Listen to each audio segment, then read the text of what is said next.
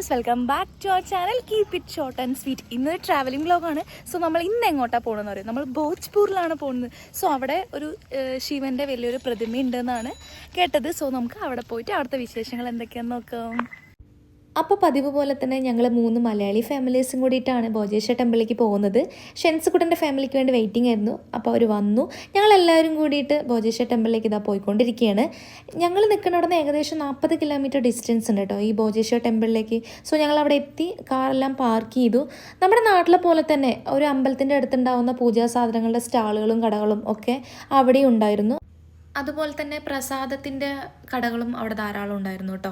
അപ്പോൾ ഒരു പൂജാ സാധനത്തിൻ്റെ കിറ്റ് 50 രൂപയാണ് ഏകദേശം അവർ പറഞ്ഞിട്ടുണ്ടായിരുന്നത്. അപ്പോൾ ഞാൻ ഒരു പൂജാ സാധനത്തിൻ്റെ കിറ്റ് വാങ്ങിയിട്ടുണ്ടായിരുന്നു. ഞാൻ മാത്രമേ വാങ്ങിയുള്ളൂ. സോ അപ്പോൾ ഞങ്ങൾ ഈ പൂജാ സാധനത്തിൻ്റെ കിറ്റ് വാങ്ങി അതിൻ്റെ മേലേക്ക് ഇങ്ങനെ പോയിക്കൊണ്ടിരിക്കുകയാണ്. ഇതൊരു അത്യാവശ്യം ഒരു കുന്നിൻ്റെ മേലെ പോലെയാണ്. അപ്പോൾ നമ്മളിങ്ങനെ താഴത്തുനിന്ന് ഇങ്ങനെ കയറി വരണം. സോ അപ്പോൾ ഞങ്ങളിങ്ങനെ അങ്ങോട്ട് പോയിക്കൊണ്ടിരിക്കുകയാണ് കേട്ടോ.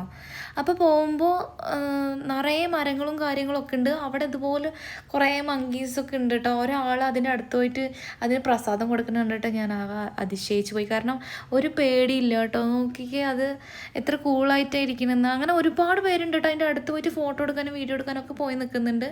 അപ്പോൾ ഇതാണ് നമ്മുടെ ഭോജേശ്വർ ടെമ്പിൾ എന്ന് പറയുന്നത്.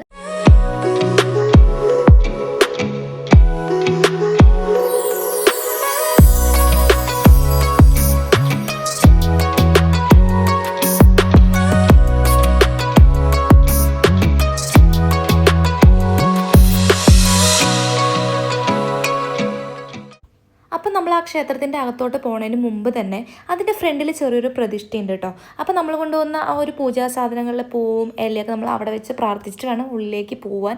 അത് മാത്രമല്ല, ആ ഒരു പ്രതിഷ്ഠൻ്റെ അടുത്ത് നിറയെ തേനീച്ചയുണ്ട് കേട്ടോ. അതിങ്ങനെ വട്ടം ചുറ്റി ഇങ്ങനെ കറങ്ങിക്കൊണ്ടേയിരിക്കുന്നുണ്ട്. പക്ഷെ നമ്മളൊന്നും കുത്തൊന്നുമില്ല, പക്ഷെ എന്നാലും നിറയെ ഉണ്ട് കേട്ടോ.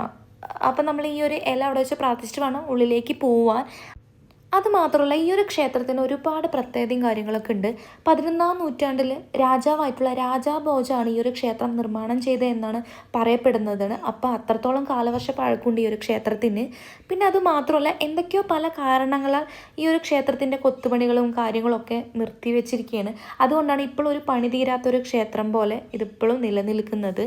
പിന്നെ അതിൽ ഏറ്റവും ഇമ്പോർട്ടൻ്റ് ആയിട്ടുള്ള ഒരു കാര്യം എന്താണെന്ന് വെച്ചാൽ, ഇതിൻ്റെ ഉള്ളിലുള്ള പ്രതിഷ്ഠ എന്ന് പറയുന്നത് ഒരു ശിവലിംഗമാണ്.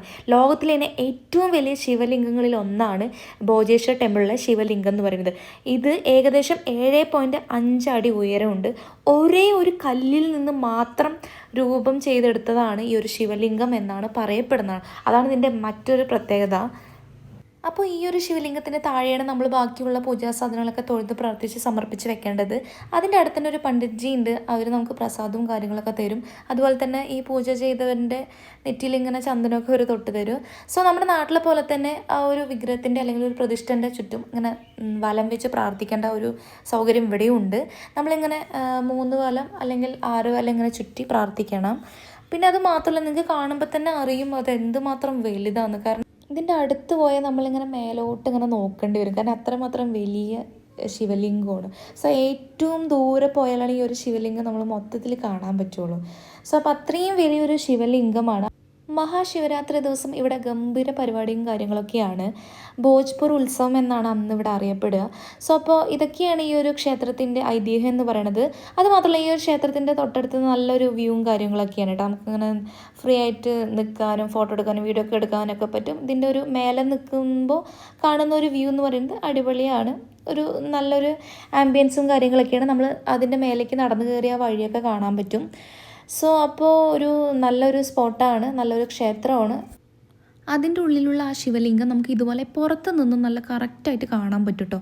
അപ്പോൾ അത്രമാത്രം വലിയ ഒരു ശിവലിംഗമാണ്. സോ അപ്പോൾ അത്രയേ ഉള്ളൂ ഇന്നത്തെ വീഡിയോൻ്റെ വിശേഷം എന്ന് പറയുന്നത്.